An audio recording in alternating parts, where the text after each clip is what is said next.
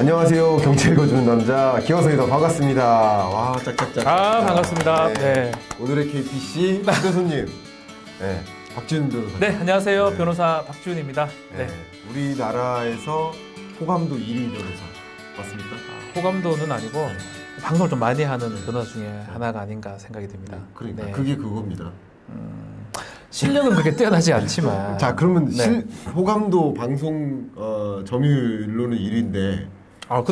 실력은 몇 위라고? 이제 솔직히 이제 변호사 이제 등수를 뭐 매기진 않지만 뭐 소송 승률이라든지 뭐 전문성이라든지 따져봤을 때 평균 이하입니다. 평균이 냉정하게 말하면 이제 대한민국 변호사가 한 100명이 있으면 냉정하게 말하면 한 80등대. 80등이요? 그만큼 우리 변호사들이 훌륭합니다. 몇 명 중에요? 몇 명 중에 80등? 굳이 100명이 있다면, 100명이 있다면, 100명 중에. 사실은 뭐 지금 한 3만 명 되니까 3만 명 중에 80등이면 아주 훌륭한 건데 그렇게 얘기하기는 어렵고 평균보다 조금 낮은 그런 변호사인데 제가 좀 장점이 있는 것 같아요. 장점이 뭡니까? 약간 쉽게 설명할 수 있는 거. 쉽게 약간. 그게 가장 중요한 장점 아닙니까? 네, 사실 제가 군 법무관을 좀 오래 했었는데 여러 가지 뭐 검사도 하고 판사도 하고 법무관은 막 뱅뱅 돌아갑니다. 직책을 교관을 했었어요. 군대에서 교관을요? 교관을 했는데 그때 놀랐어요. 저도. 내가 이런 재질이 있구나. 그전에는 전혀 몰랐습니다.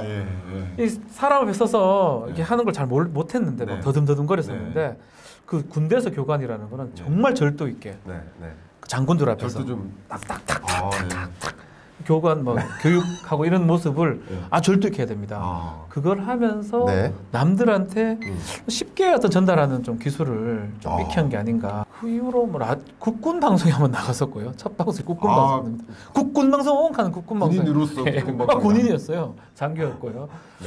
그래서 이렇게 방송을 하게 된 것 같아요. 그러면 그 군인 시절에 는 날씬하셨어요? 아니에요. 이 모습이었어요. 그대로? 지금보다 조금 날씬했었는데 생애 날씬했던 적이 있으세요? 실제로는 제 놀란 게 제 대학교 친구들 보면 깜짝 놀랍니다. 그때는 엄청 제가 지금보다 한 20kg 이상 적었거든요. 고시 공부할 때 이래 됐습니다. 고시 공부를 좀 오래 했었는데 어머니가 그때 이제 저는 대구 쪽에 있고 신림동 서울에 와서 그때 고시 공부를 많이 했었어요. 약 같은 걸 많이 보내주셨어요. 근데 그때도 기억이 나는데 붕어로 만든 모든 걸 넣어서 만든 어떤 약이 있었습니다.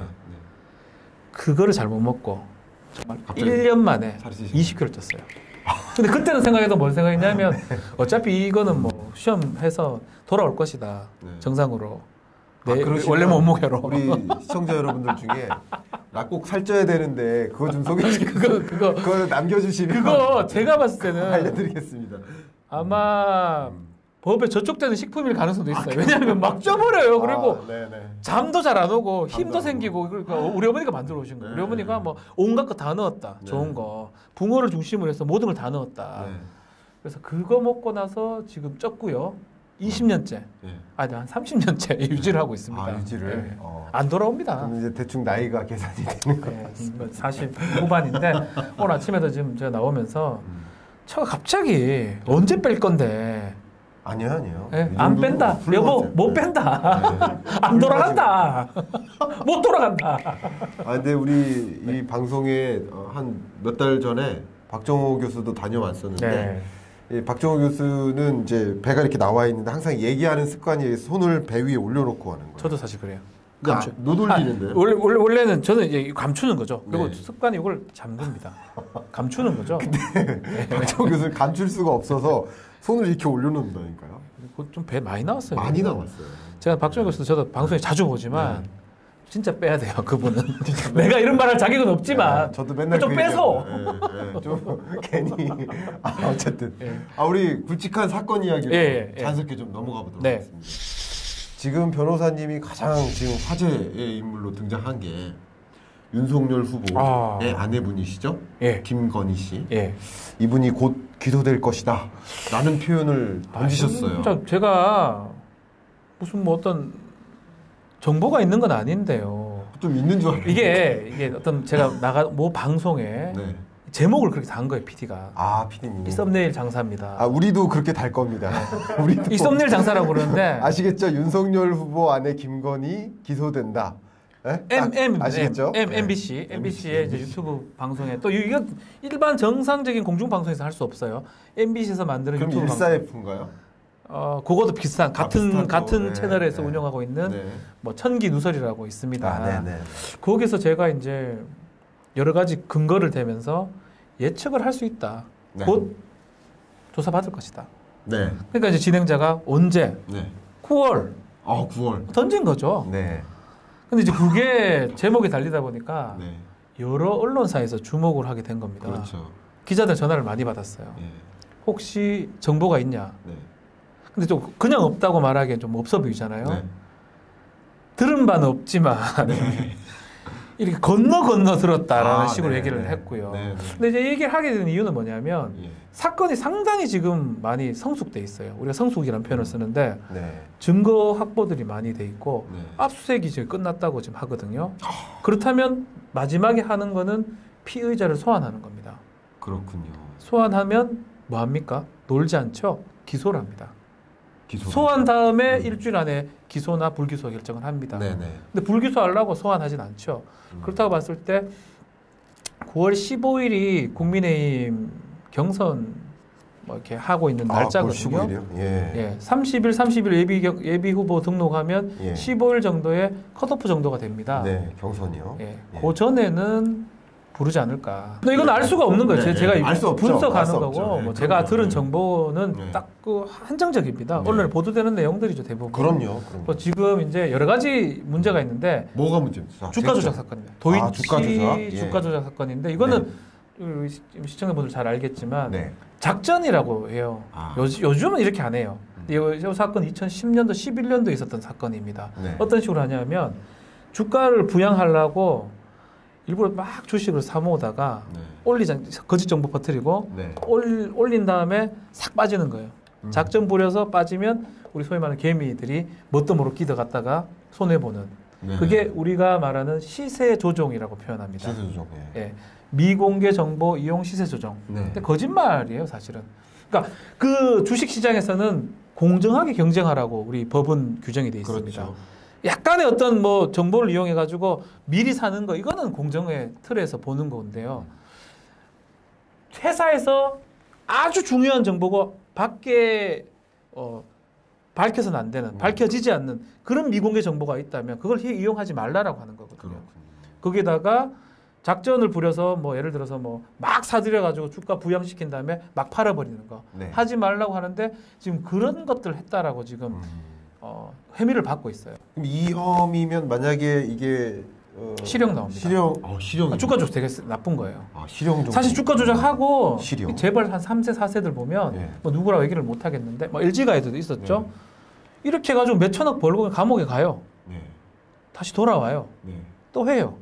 너무나 돈을 쉽게 벌기 때문에 그렇죠. 이 짓을 합니다. 근데 이제 김건희 씨가 했을 거라고 추정이 되는 어떤 상황이 그때는 어떻게 했냐면 막 컴퓨터 같은 거 이용해가지고 여러 개 지금은 그렇게 할 필요 없는데 막 접속을 해요. 막 사들여.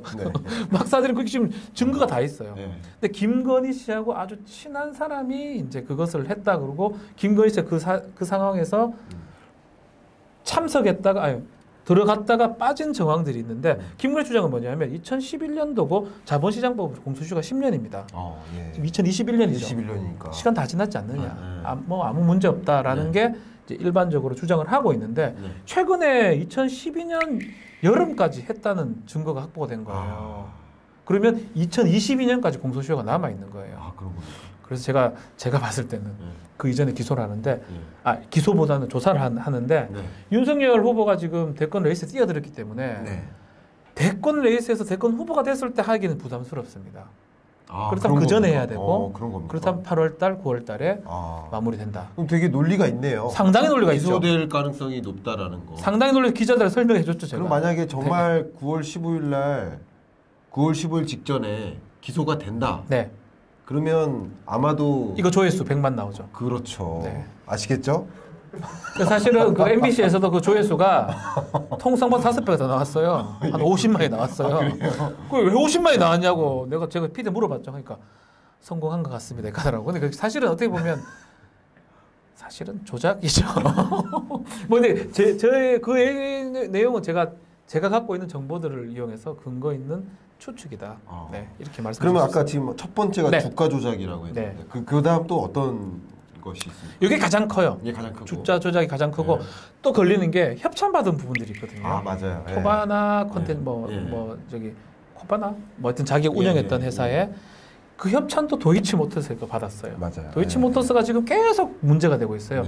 근데 그건 아직까지 소위 말하는 숙성은 안 돼 있습니다. 혐의점은 있어요. 수사한 입장에 봤을 때 저도 군 검사를 좀 오래 했었습니다. 저도 뭐 수사를 해본 입장에서 냄새는 나는데 냄새 난다가 다 할 수는 없어요. 아니 그 사건 냄새가 나요. 다 할 수는 없어요. 냄새가 났는데 이거는 먹을 만하다. 이거 해야 된다. 하면 압수수색 같은 걸 해가지고 증거를 확보를 합니다. 근데 압수수색할 정도 되면 그 사건은 상당히 큰 건데 아마 그 정도 단계 그리고 그 당시에 윤석열 지금 후보가 예비 후보가 서울중앙지검장을 했었거든요. 당시에. 근데 협찬을 받았는데 도이치모터스나 여러 가지 회사들이 서울중앙지검의 수사 대상자였어요. 그렇다면 뇌물죄 가능성도 있는 거예요. 그렇군요. 제3자 뇌물죄. 왜냐하면 그 사건의 편의나 어떤 특혜를 좀 받기 위해서 가장 강력한 사람의 부인한테 우회적으로 뇌물 제공을 한 거라고 보는 거죠. 근데 이건 아직까지는 뭐 혐의가 뭐 드러난 건 아니고요. 의심 정도의 수준이다. 말씀드리고 싶습니다. 자, 그럼 여기까지 지금 말씀하신 이 내용을 바탕으로 해서 또 만약에 전제를 정말 기소가 된다 했을 때 윤석열 후보의 향후 시나리오? 쉽지 않습니다. 그러니까 스스로 탈. 이건 집행유예도 없어요. 유죄의 문제입니다. 집행유예 해줄 수가 없어요. 아 그런 겁니까? 아주 형이 높아요. 그렇게 되면 그러니까 소위 김건희 씨의 불법인 거고. 그렇죠. 윤석열 후보의 불법으로서도 인정이 되는 그런. 그 2011년도는 그때 결혼 이전이니까 2015년도에 결혼했다고 하던가요? 하여튼 그 이전이니까 사실은 그거를 뭐 묻기는 어렵죠. 그렇지만 마찬가지예요. 대통령의 후보의 부인이 이렇게 문제되고 징역형을 받는다고 가정했을 때 자유로울 수 없죠. 그러면 자진 사퇴를 할 가능성이 높은가요? 저는 좀 그렇게 봅니다. 그래서 상당히 중요한 문제다 이거는. 그러면 여기까지 물론 전문 분야는 아니시겠지만 그냥 이 법률 전문가로서 이 정치가 어떻게 움직일까라는 것을 그냥 한번 그림을 그려봤을 때 만약에 기소가 되고 윤석열 후보가 자진 사퇴를 만약 하게 되면 국민의힘의 후보 누가 그 윤석열 후보의 자리를 그 비중을 메꿀 것인지. 홍준표입니다. 좀 성대모사 갔는데. 하신 거예요? 저라고 생각하시오. 아직 뭐 개인적으로 따라해봤어요. 저도 개인적으로 이제 정치색을 다 지운 채. 저 잘 몰라요, 저도. 너무 좋아요. 홍준표. 저는 이게 정치색은 저는 별로 없지만 고등학교 선배입니다. 또 선배님. 저희 고등학교 선배고 개인적으로도 친분이 있고 개인적으로 만나보면 참 재밌는 분이에요. 꼭 이 방송에 꼭 모셔야 돼요. 방송에 대해서는 거의 이경규급이 아닌가. 강호석 이경규급이 아닌가. 최고입니다. 너무 재밌는 분이고 그걸 떠나서 구조상 지금 봤을 때 지금 2위이기도 하거든요. 2위이기도 하고 지금 여러 가지 얘기들이 나오고 있어요. 토론회를 하니 마니 그러니까 토론회 못하겠다 윤석열 후보 측 그러고 있고 근데 홍준표 후보 입장에서는 그 토론회를 안 한다는 게 그게 말이 다 됩니까? 그거 내 2번만 하면 내가 가만 안 놔두겠어요. 뭐 이런 얘기를 하고 있어요. 이 얘기는 SNS에 하고 있는 거예요. 이렇게 얘기를 하지 않습니다. 뭐 그런 걸 봤을 때는 이런 일들이 더 커지면 사실 이거는 사실 알 수는 없는 거예요. 말랑말랑한 건데. 우리 출연료 좀 더 올려드리세요. 이렇게 노력하시는. 이렇게 하고 여기 홍준표 얼굴 해주면 뭐 좀 다르지만 계속적으로 이렇게 강요를 하면 성대모사가 되는 것 같아요. 제 성대모사는 못합니다. 그래서 저는 이제 이렇게 강요를 해요. 처음에 일단 이름을 말하면 돼요. 예를 들어 이승엽입니다 이렇게 하면 일단 이런 시작하면 유승엽 같은 거예요. 비슷하잖아요. 이승엽입니다 이렇게 시작을 하는 거예요. 홍준표인데요 이렇게 시작하면 그냥 홍준표를 믿어요. 그렇군요. 안철수입니다. 이렇게 시작을 해요, 그냥. 오늘 KBC의 가장 그 레슨런 성대모사 어렵지 않다. 일단은 시작할 때 그 사람 이름 대는 게 맞아요. 고수들은 뭐 김학도나 성대모사 잘하는 사람 있잖아요. 그 사람들은 뭐 배칠수 형 이런 사람들은 굳이 할 필요 없습니다. 그렇군요. 그렇지만 못하는 일반인이라면 그냥 그 이름을 대고 시작하십시오. 바로. 이승엽입니다. 그럼 그냥 이승엽 같은 거예요. 오늘 네. 사실 처음으로 네. 우리 KBC 손님 중에 처음으로 주차 문제로 인해서 제가 한 20 많이 늦으셨거든요. 사실 제가 근데 운전을 너무 못해요. 역할 발휘하시네. 운전을 네. 제가 좀 되게 법을 지키려고 네. 정속 주행을 하기도 하고 그러세요? 한 20년 동안 운전을 했는데 네. 주차 같은 것도 되게 불안해하고 네. 그래서 이런 경우도 많아요. 같이 운전해 오다가 제 처가 주차를 해요. 통상. 운전까지는 제가 합니다. 체력이 좋기 때문에. 네, 정말 그럼 내려요. 민폐난 편이. 민폐죠. 이걸 못 되나 하면서 이렇게 와이프가 됩니다. 와이프가 되고 하는데 오늘도 제가 가장 싫어하는 곳은 네. 밀집구역. 사실은 서울 사대문 안에는 저는 차를 들고 들어오지 않습니다. 그래서 계속 물어봤어요. 주차가 가능하냐. 네. 그래서 계속 올 때까지 고민했어요. 예. 상암동에 대놓고 올까 말까. 뭐 상암동에 어차피 돌아갈 건데 고민했는데 자신감 있게 갖고 왔다가 네. 낭패를 봤습니다. 뭐 교행이 안 돼서 혼자 서 있고 트렁크 열고 난리 났습니다. 아주 네. 좋은 교훈이 됐습니다. 네. 다시는 안 갖고 오겠습니다. 이 김건희 씨 기소 여부에 대한 이야기를 중점적으로 말씀 나눴는데 일단은 여기서 1편을 마무리하고요. 벌써 끝났습니까? 벌써 끝내시죠. 2편으로 가겠습니다. 김건희 씨 하여튼 뭐 기분 나빠하지 마세요. 저는 그냥 듣는 얘기를 하는 거니까. 2편에서는 좀 이재용 석방 요건에 대해서 좀 구체적으로 저희 법적으로 너무 무지하겠어. 알겠습니다. 그 부분 좀 쉽게 좀 설명해 주세요. 네, 알겠습니다. 전문가 기대하면서 마무리하겠습니다. 감사합니다. 감사합니다.